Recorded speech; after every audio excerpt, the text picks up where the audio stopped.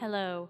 Welcome to Two Dorks Read The Phantom of Manhattan by Frederick Forsyth, in which Natalie and Michael, two Phantom fans on a mission, subject themselves to the book that served as the launchpad for Love Never Dies, Andrew Lloyd Webber's controversial sequel to Andrew Lloyd Webber's Phantom of the Opera. Our story continues.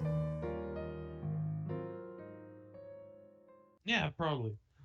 Should we continue? Because then I'm absolutely gonna be Erik Molheim in this. All right, you want to kick off the Erik? I think we have enough time to do this chapter and then probably call it. Yeah, okay, we'll do that then. So, the exaltation of Erik Molheim, rooftop terrace, EM Tower, Manhattan, 29th of November, 1906. The chapter we've all been waiting for, really, honestly. I saw her. After all these years, I saw her again, and my heart made as if to burst inside me. I stood atop the warehouse near the dock and looked down, and there she was, on the quay, until I caught the glitter of light on the lens of a telescope and had to slip away.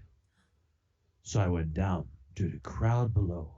And fortunately, there was such a chill in the air that no one thought anything of a man with his head swathed.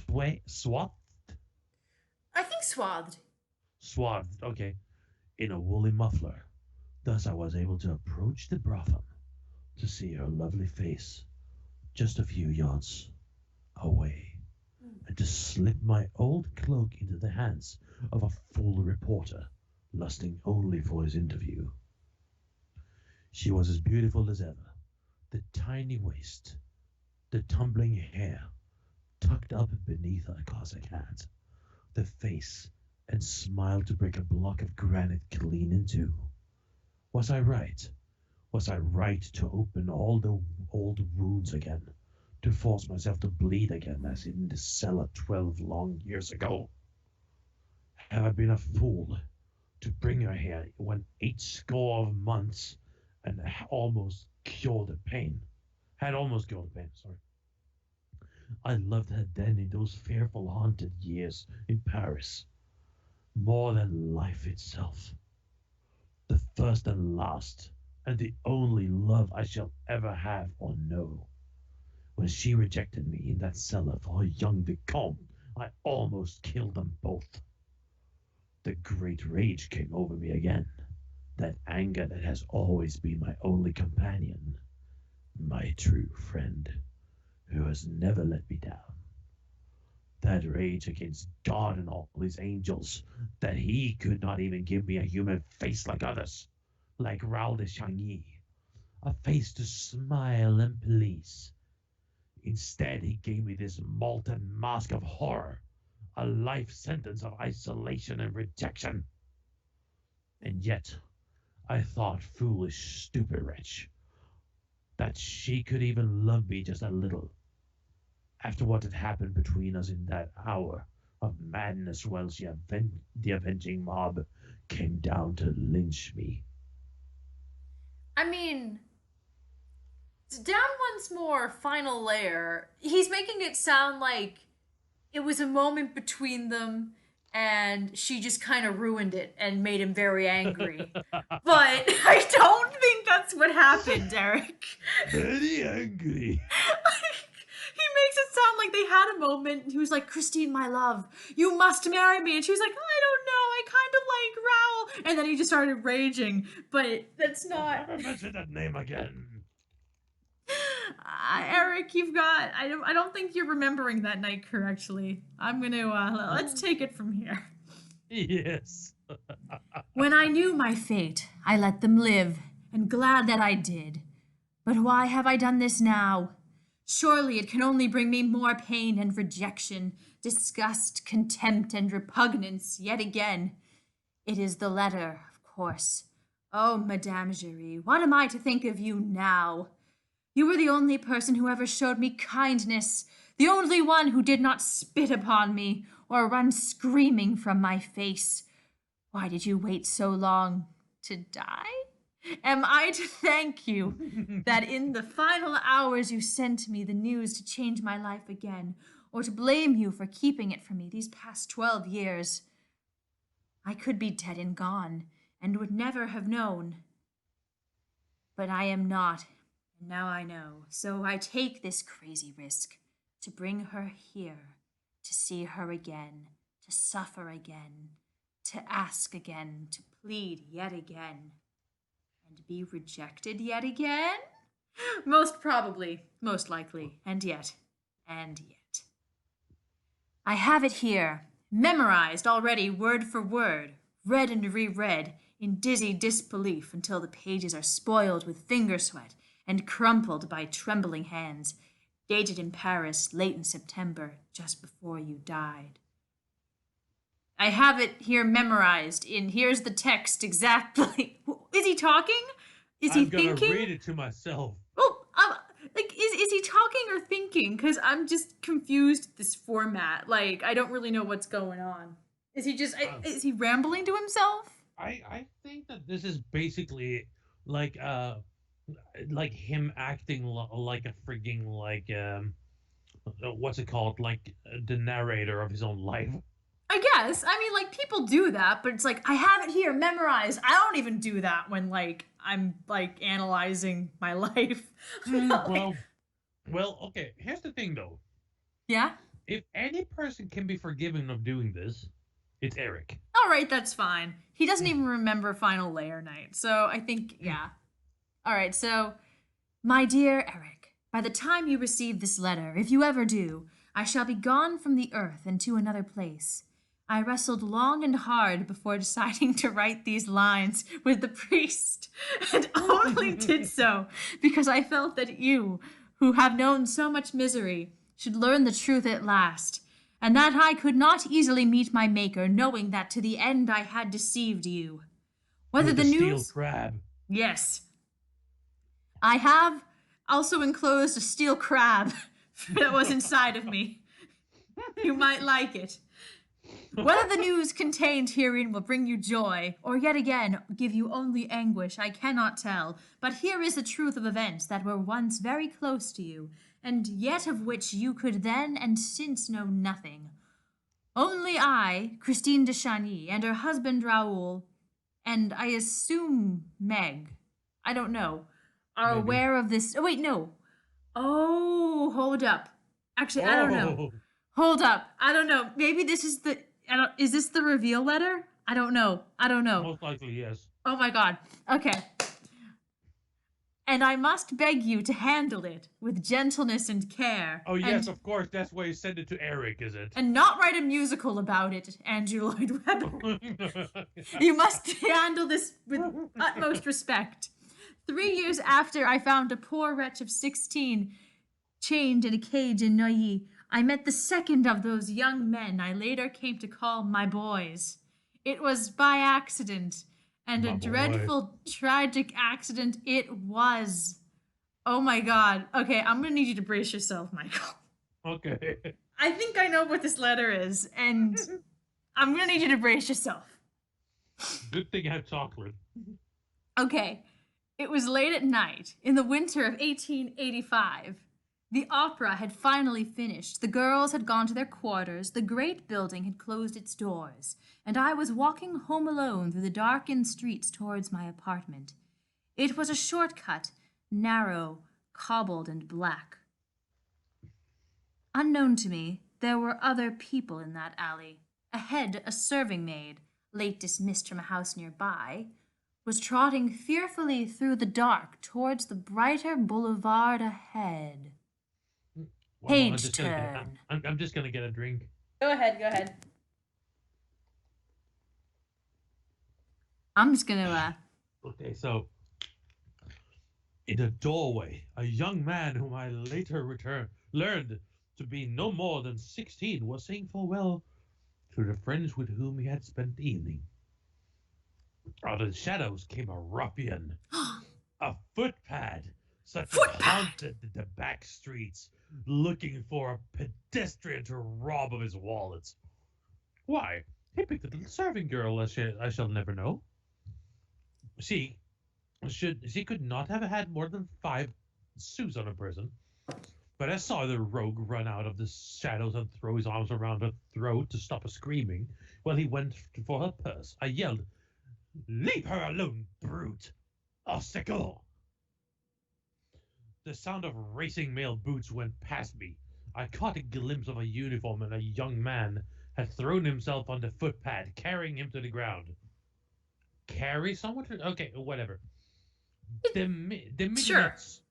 Yes, because you lift someone up to the ground. Yeah, now I'm just picking like he's very like yeah, he like throws him up in the air like he's his girlfriend or something, and then I The don't know. midget screamed and ran headlong for the light of the boulevard. I never saw her again. The footpad tore himself loose from the young officer, got to his feet and began to run. The officer rose and went after him. Then I saw the ruffian turn, draw something from his pocket and pointed at his pursuer. There was a bang and a flash as he fired. Then he ran through an arch, to disappear in the courtyards behind. I went over to the fallen man and saw that he was a little more than a boy, a brave and gallant child in the uniform of an officer cadet from the École Militaire. His handsome face was white as marble, and he was bleeding profusely from a bullet wound in the lower stomach. Oh, this is Raoul when he loses his balls, isn't it? You know about the balls? I thought you didn't know about the balls. Well, I've actually heard from a friend of mine. Oh, you got spoiled. Oh, I don't. I was It doesn't matter. I was I trying to put, keep it from you. it's fine. I tore strips from my petticoat to staunch the bleeding and screamed until a householder looked out from above and asked what was the matter. I urged him to run to the boulevard and hail a cab urgently, which he did in his nightshirt. It was too far to the Hotel Dieu. Okay, much closer to the Hospital Saint Lazare. Oh, they awake the dead there. Oh yeah. So that was where we went. There was one young doctor on duty, but when he saw the nature of the wound and learned the identity of the cadet, scion of a most noble family from Normandy, he sent a porter running for a senior surgeon who lived nearby. There was nothing more I could do for the lad, so I went home. But I prayed that he would live, and in the morning, it being a Sunday and no work for me at the opera, I went back to the hospital. The authorities had already sent for the family from Normandy, and seeing me approach, the senior surgeon on duty must have taken me for the cadet's mother when I asked for him by name. His face was a mask of gravity, and he invited me to come to his private office. There he told me the dreadful news. The patient would live, he said, but the damage caused by the bullet and his removal had been terrible. Major blood vessels in the upper groin and the lower stomach had been torn beyond repair. He had no nice choice but to suture them. Still, I did not understand. Then I realized he was never going to have children. So Eric memorized this. Yeah. He memorized. He asked in a plain language. He nodded solemnly. Okay. I am devastated, he said. Such a young life, such a handsome boy, and now, alas, only half a man. No, he's still a man. He just hasn't got like the production ability. I fear he will never be able to have a child of his own. You mean, Being I asked, that the bullet has emasculated him? The surgeon shook his head, even though that might have been a mercy, for then he might have felt no desire for a woman. No, he will feel all the passion, the love, the desire that any young man may feel, but the destruction of those vital blood vessels means that... I am no child myself, monsieur le docteur, I said, wishing to spare his embarrassment, though I knew with awful dread what was coming. Then, madame, I must tell you that he will never be able to consummate any union with a woman, and thus create a child of his own. So he can never marry, I asked. The surgeon shrugged. It would be a strange and saintly woman, or one with a powerful other motive, who could accept such a union with no physical dimension, he said. I am truly sorry. I did what I could to save his life from the hemorrhage. I could hardly keep from weeping at the tragedy of it. That such a foul fiend could inflict so dreadful a wound on a boy on the threshold of life seemed impossible. But I went to see him anyway. He was pale and weak, but awake. He had not been told. He thanked me prettily for helping him in the alley, insisting that I had saved his life. When I heard his family arriving hot-foot from the Rouen train, I left. I never thought to see my young aristocrat again, but I was wrong. 8 years later, grown handsome as a Greek god, he began to frequent the opera night after night, hoping for a word and a smile from a certain understudy. Later, finding her with child, good, kind, and decent man that he was, he confessed all to her, and with her agreement married her, giving her his name, his title, and a wedding band. And for 12 years, he has given to the son all the love a real father could ever give. So, there you have the truth, my poor Erik. Try to be kind and gentle, from one who tried to help you in your pain. A dying kiss, Antoinette Giry. I'm sorry, by the way, for continuing. I forgot myself. No, this is the juiciest part of the story. I understand. I will see her tomorrow. She must know it by now. The message to the hotel was plain enough.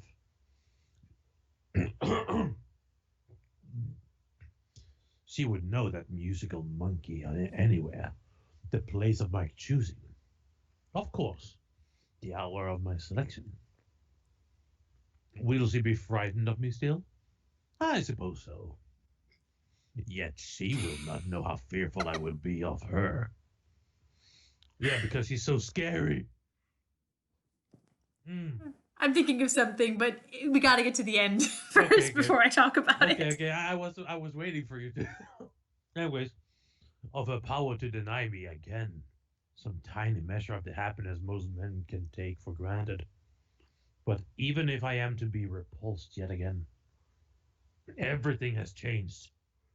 I can look down from this high eyrie into the heads of that human's race I so loathe. But now I can say, you can spit on me, defile me, jeer at me, revile me, but nothing you can do will hurt me now. Through the filth and through the rain, through the tears and through the pain. Emo poetry by Erik. Yes, my life's not been in vain. I have a son!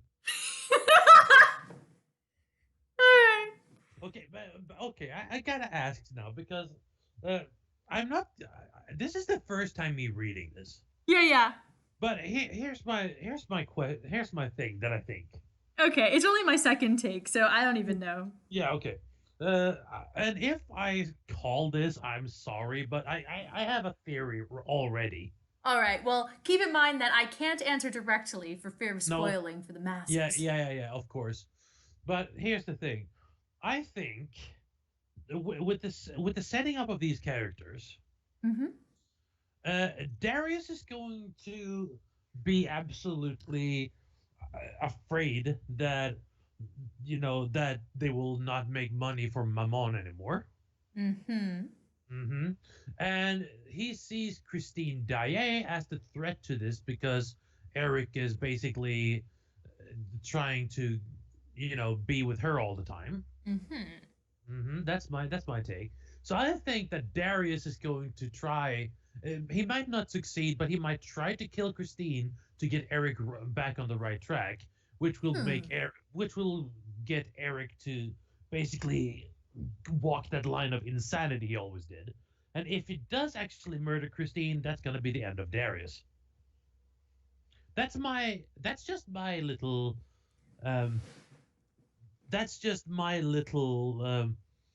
what I have snapped up, what I think is going to happen. My answer in kind has 2 parts, and I forget. Yeah, it's fine. Like I said, I don't know. I don't actually know because I am just guessing. That's the thing. I'm much more familiar with Love Never Dies than I am with this book. So, well, who isn't? Yeah, it's a tough call for me as well. I don't know though. I'm just the way that the end of this chapter came up.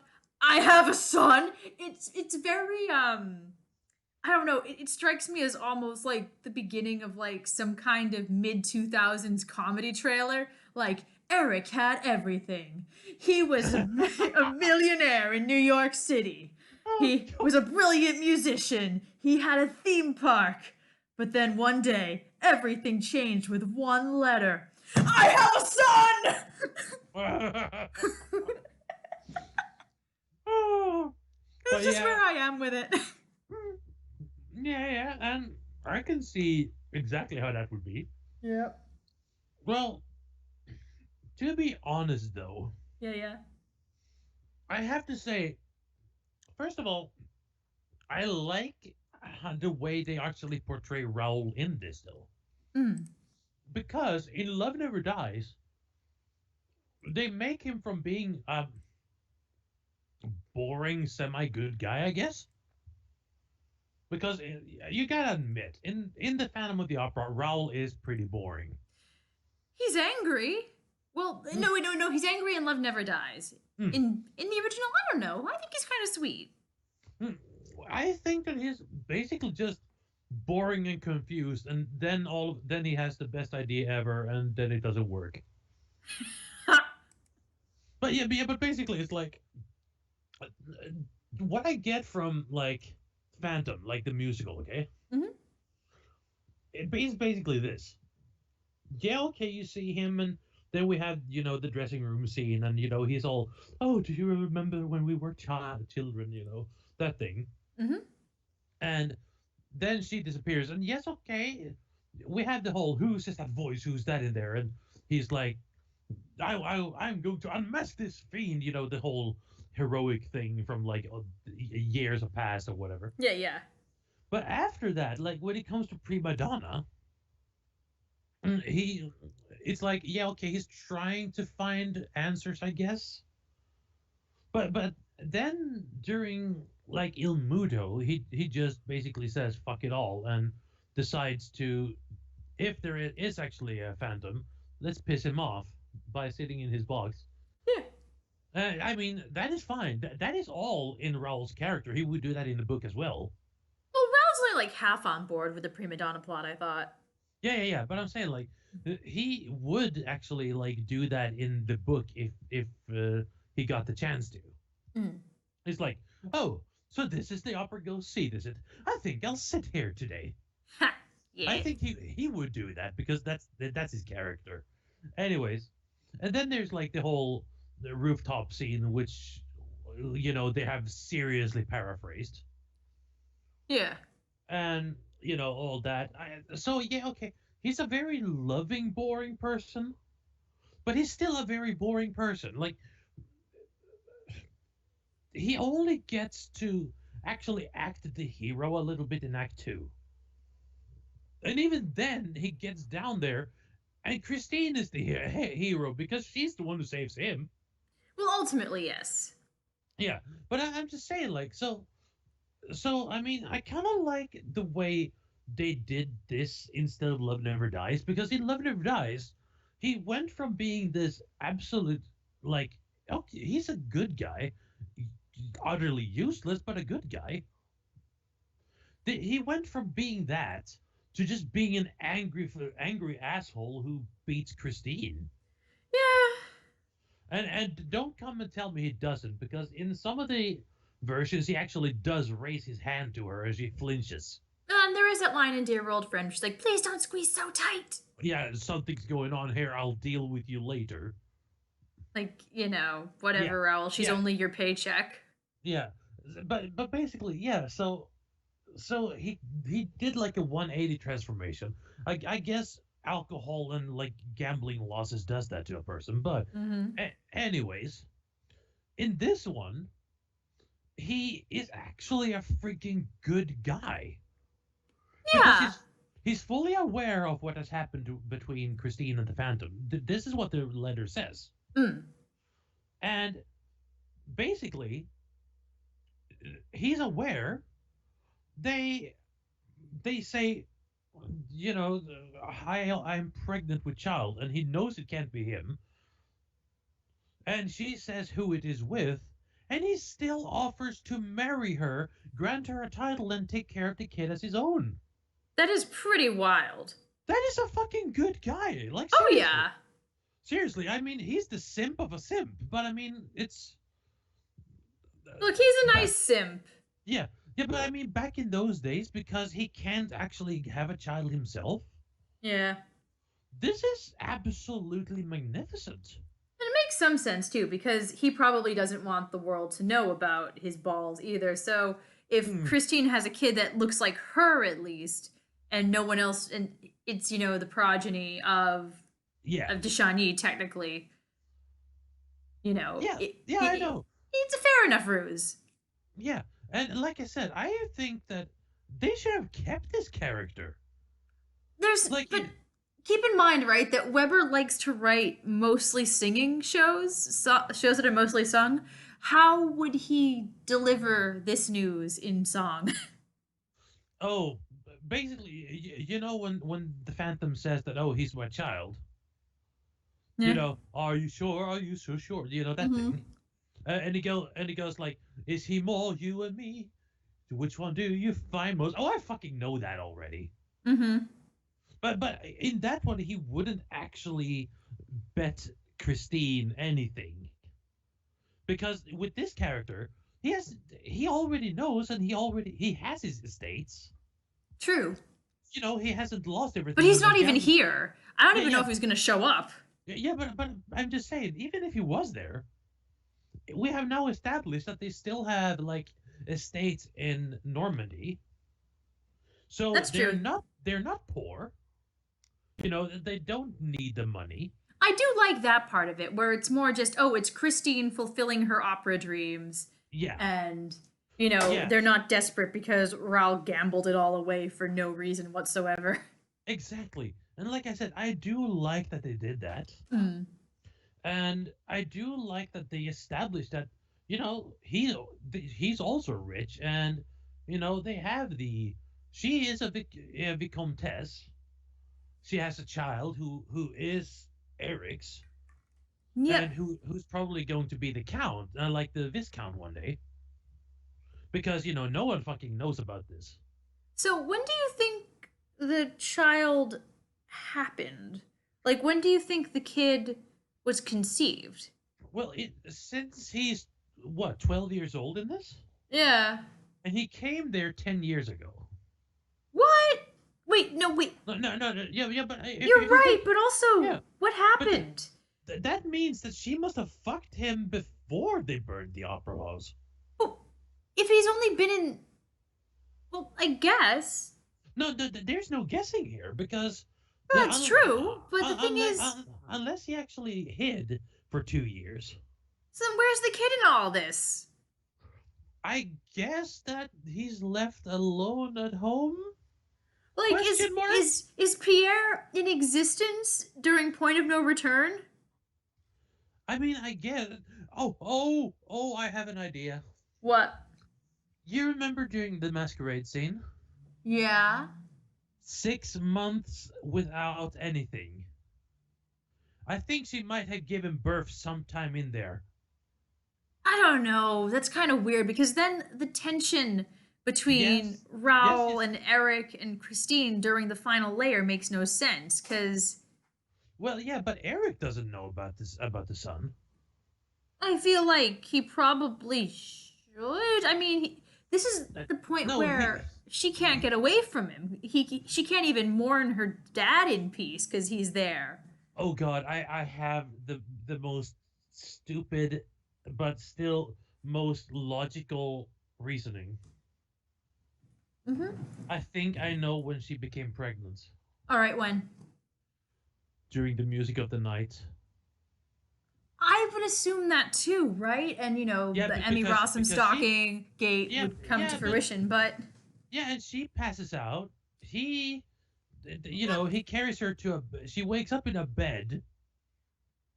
do you think I'm just gonna hope that there was a conscious time between that and then Eric comes over and is like, "You okay? I know that was a lot," and then they go in.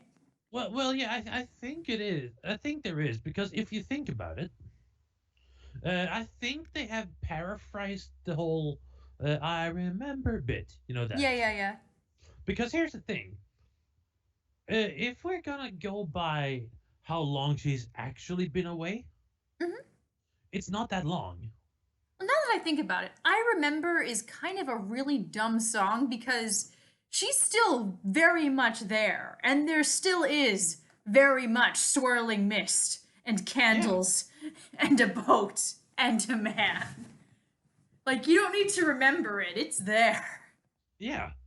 But I mean, I guess if she wakes up in a different room and she just goes like, I remember what there was around, but she could also believe it was like a fever dream or something. Yeah, yeah, true, true. Hmm. But here's the thing, though. Even if that is the case, which I don't think it is. Hmm.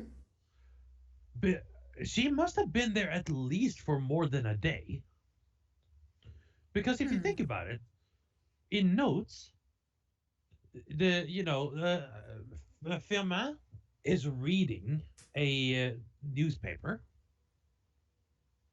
and he's gotten a note from the Phantom.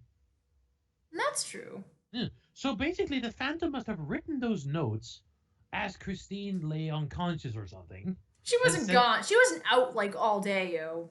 No, no, no. But that's what I'm saying. So he must have written those quite quickly, and Hmm. had them like posted to them or like delivered because Raoul got a note, Carlotta got a note. True, everyone gets notes. Yeah, far too many notes. But I mean, the Everyone gets a note. She's like the Oprah of notes.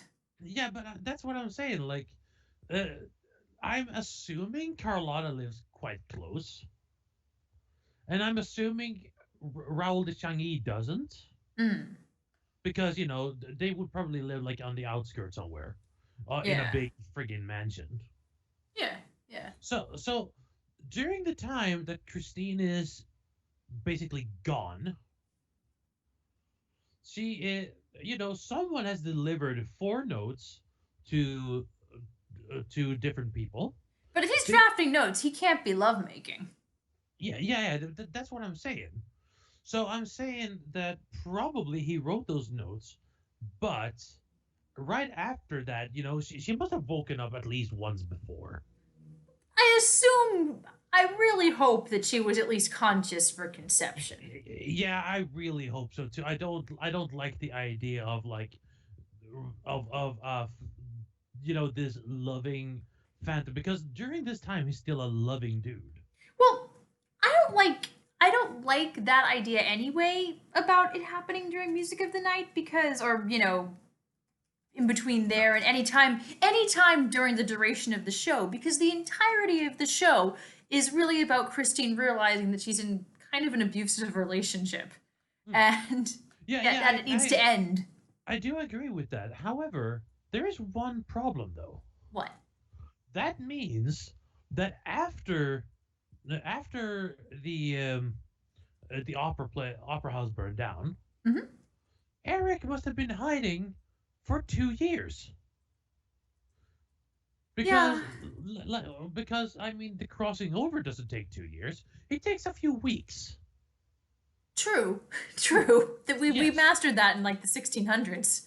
yes. Like, yeah. Even if you didn't, it's still like you have steamers at this time. Yes. So I mean, even the Titanic would have arrived in like, what was it, like 20 days or 18 days, something like that. Yeah, and I think they were trying to push it for like a week and a half or something because they were being Yeah, crazy. yeah, yeah. Of course they were being insane. That's what they did. Yeah. But so I'm thinking that with that time and the 10 years, there must have been, you know, 1 year and 50 weeks between the opera burning down, or the opera place setting on fire and the whole down once more, Hmm. and him leaving France. So it must have been somewhere in between that time then. But then Madame Jury phrased it like Raoul knew that Christine had a child and then he chose to marry her. So, but that means that it must have happened before Masquerade. Unless, That's, unless, unless she had the kid, they were still engaged, and he was like, "I'm still going through with it." I don't think so. I'm just gonna check the way she phrased it really quick.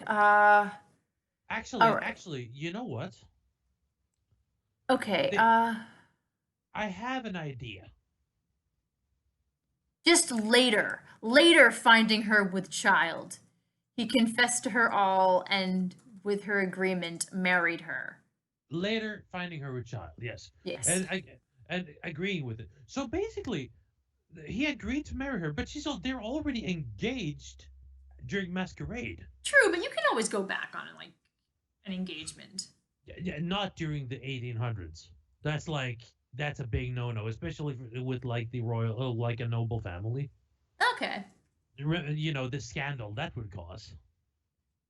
that's true. But Hmm. Christine was already a scandal for, being an opera singer marrying into nobility. Yeah, but how much more would they actually take? Well, That if we're going back to LaRue, which I don't know how much Forrest is with Care to, he's kind of on and off about the whole thing. yeah. But Philippe, the brother that might not exist in this book at all, Hmm. would have been super hype if Raoul canceled the engagement. Yes. Oh yes, he would. He would have been so into it. So I don't know. But Philippe doesn't seem to exist in this one. That's true. We don't need Philippe. Philippe is not here. Yeah. So he doesn't seem to exist here anyway. Besides, even if he did, he would probably be dead at the time. Like end of Down Once More. So my question is, Oh, that's true. hmm, Erik did kill Philippe yeah, in LaRue. yes, yes, he did. Quite quite cold blooded actually. Yep. Um. So my question is exactly exactly when was the child to be conceived then? Because the only other time is basically the only times we can have this happen, Hmm. logically speaking, is like you said, if he actually would have gone back on the engagement after knowing. Okay, we got 1885. 1885, Raoul loses his balls. Hmm, Okay. Currently, the year is 1906, yeah, right? Okay. yeah. So this must have So so if he's 12, 1885, and then 8 years, and is he? We know 18. So no, but basically it must have happened in like 1894 then because because 8 years the kid is later, 12. yeah. Yeah, But also, he's yeah. yeah. 8 years later, he meets. So that's 19. No. 85. So So 1893. 1893. So in 1894 must the child have been conceived. And considering the masquerade is the New Year celebration, Okay, and 1894. do you want to know how I know this? Because they said new. It's a new year. They said prologue to a bright new year, right? Yes, So yes. yeah. Not only that, but actually the Swedish version does it even better. Oh, Yeah, because in that one they say André, det var en kväll att minnas vår första stora nyårsfest. okay. So basically, Andre, it'll be a night to remember. Our first, uh, our first grand New Year's uh, fest like party. Oh God. So he's So it was a music of the night conception. It must have been. It must have been. It was. I don't like it. I don't like it. At Well, least at least in Love Never Dies, it's like you came and found afterwards. where I hid the night before you were gonna get married, and then you Yeah, had my baby. Like yeah, yeah. Basically, I know, and it's like in this one, it's literally during the music of the night. So yeah. I fucking hope she was like awake. No, she was kind of in and out the entire time. The only thing that really woke her up was like seeing his face. Yeah, yeah, but I'm saying like, what if? Okay, because if you okay, I'm just gonna go by the Boggs version right now. Right. The Before, bogus. yeah, yeah. No, I'm just gonna call her Boggs. Right. I like that. Yeah. So basically, the Boggs version, when she removes his mask the first time, Yeah. if you look at her, she's smiling, like she's happy over what she's doing. Well, yeah, but this is far in the future after Yeah, yeah. Phantom But Manhattan was written. yeah. But I'm just saying, maybe like the man. I mean, I think if she thought that she had come to a different place, like you know, Hmm. during if we're gonna go by the story, she's basically in a drugged up state when the Phantom guts her down there. More or less, more or less. Yeah, and so here's my theory. Okay, uh, she comes down there and they sing and they do their usual stuff, Hmm. and then then basically music of the night happens. But I think that she must have thought that she was in a different place altogether, and this dude wasn't the fucking Phantom of the Opera. She might think that he's like truly the angel of music at this time still. They don't really have, well, they sort of have that talk. Like, Mm, when we talk about how the first act is paced, it's like, Christine's having her Angel of Music reprise with the Phantom. Angel of music, angel of music, angel of music, through the mirror. Phantom. It's the Phantom. It's the Yeah. Phantom. It's definitely the Phantom. Never mind. Yeah, but yeah, it's basically. I think he injects the knowledge with the hand grab, Yeah, yeah. like you said as well. Yeah, But yeah. but Oh, it's yeah, the Phantom. yeah. It's basically it's like angel. You're not the angel. You're the Phantom. Definitely, you're the Phantom. But yeah. So here's my thing about that. Yeah. That means that during Music of the Night, she knows this is the Phantom of the Opera. Yes. This is, I mean, good. Okay, that means that because I don't think he would actually fuck her when she was unconscious. No. I don't think he would. God, I don't know. No, but I don't He's a think so. sketchy boy. He is a sketchy boy, but he is also during this time. I hate to say it, but he is still the gentleman. He's trying. Yeah, he's He even definitely showed trying. her that he intends to marry her. Maybe that's the whole thing. Maybe she knows that he wants to marry her, so technically it's not out of wedlock because they've got Hmm, plans. yeah, no, that's not it. No. But It's a bit but optimistic. yeah, yeah, that's a little bit too optimistic for my taste. No, but here's what I think. Okay, Yeah. I think that she actually is in love with him at this point. Oh, probably, yeah. Yeah. So basically, after he basically serenades her with the most beautiful song in the musical. That's a solo number, by the way. Mm. I think that she is in a completely different place of mind. Oh, yeah.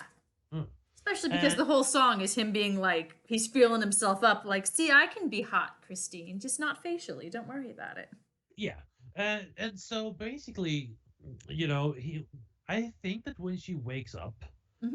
and here's the thing, I don't think this is also the reason why I think that uh, during I remember I don't think that that is the first time she wakes up. She might wake up before, but still be in this like intoxication feeling.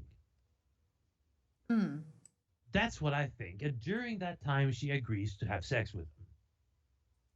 I'm wondering, I don't know, because I'm thinking that it happened in between.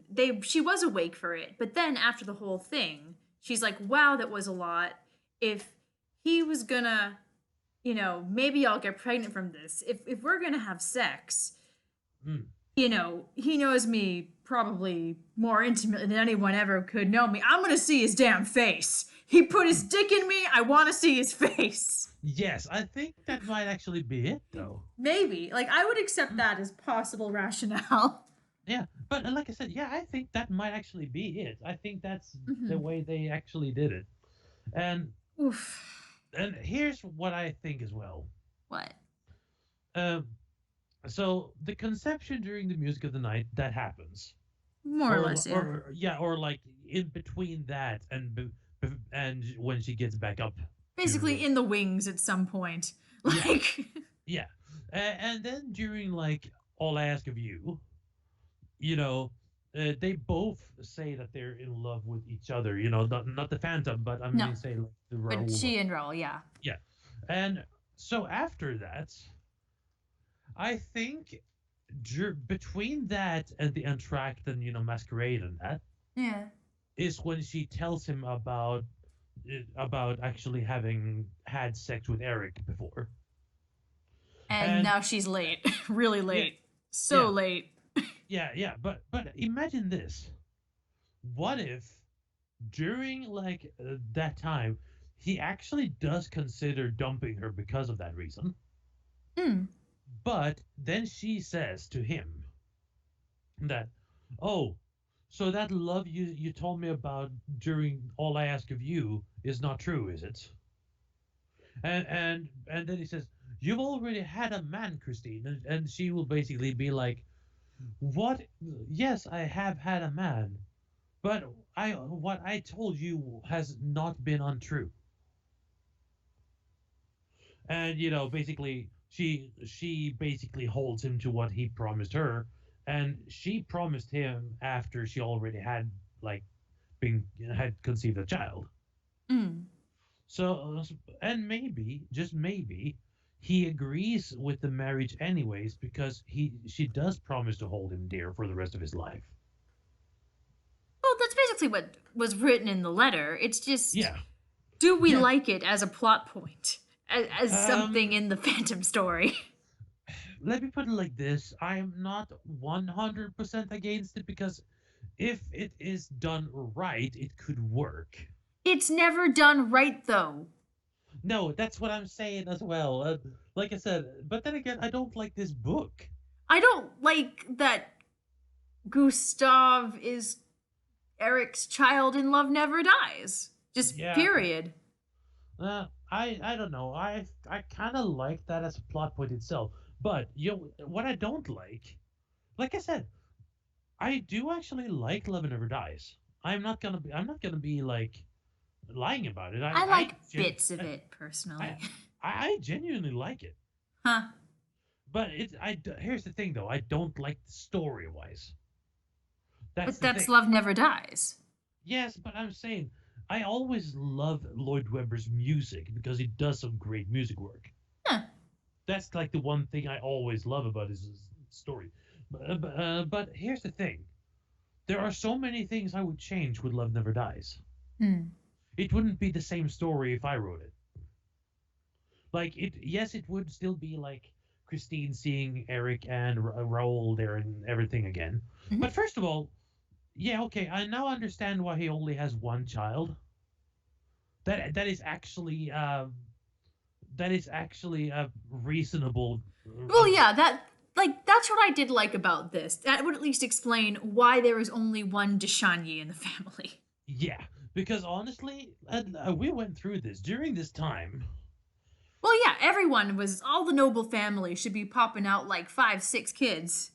Noble families, goddamn. My grandmother is the youngest of her family, and they had 9 kids, I think, or 8 or something. Woof. Like that's just what they did because they didn't know how many would survive. But yeah, That's like, that makes sense. yeah. So this chick has one child and he survives. That's a fucking miracle. Yeah. First of all, but I mean, yeah, okay. So so they have one child, and the reason why is because he can't conceive. Well, he That can't yeah, he can't actually get it up. expulse. He can't, yeah. Oh my god! Imagine the sexual tension Christine is under. That's the thing, I forget how this happens. I forget what happens when they actually, like, I'm sure they meet up again, but I forget what happens and what goes down. Yeah. So, What I hope for, and this is the thing. In Love Never Dies, I don't mind Erik like taking over the father figure role because, but okay, hear me out on this. mhm. Raoul in Love Never Dies sucks as a dad. Yes, he does. He's a Yes, bad dad. he's a really bad father. Erik, I think, would actually be the better of the two in Love Never Dies. In this one, I still don't want to see Erik take care of his son because he's still a fucking raving lunatic. Mm. And now he's also got Darius to worry about, Oh yeah, and he Uncle also Darius. yeah, Uncle Darius, yeah, because that's gonna be a good one. And also, he's more interested in money and opera music in this one and stuff like that. I don't know. So I would argue that this shift to all caps would indicate some kind of break yeah, in but something. maybe, but Something I broke. yeah, something broke in him. But imagine this then. Mhm. I imagine that Raoul is actually a good father in this one. Well, Antoinette Jury has said as much, basically. Yeah, but I mean, okay, even if she doesn't see the whole picture because she's now dead and stuff like that. Mhm. Uh, I'm not sure how much she actually saw of the boy growing up. But That's true. but here's the thing though. I think that because if she conceived the child during music of the night or somewhere in between, and there was a few months between that and when the chandelier and stuff like that, because rehearsals, But you how would Eric not have noticed Christine's pregnancy happening? there are people actually, Because, and I mean, you hit a certain point and you just really can't be wearing the corset so much anymore. yeah, but that's what. Okay, I'm getting to that. Okay. The chandelier falls, right? The distraction.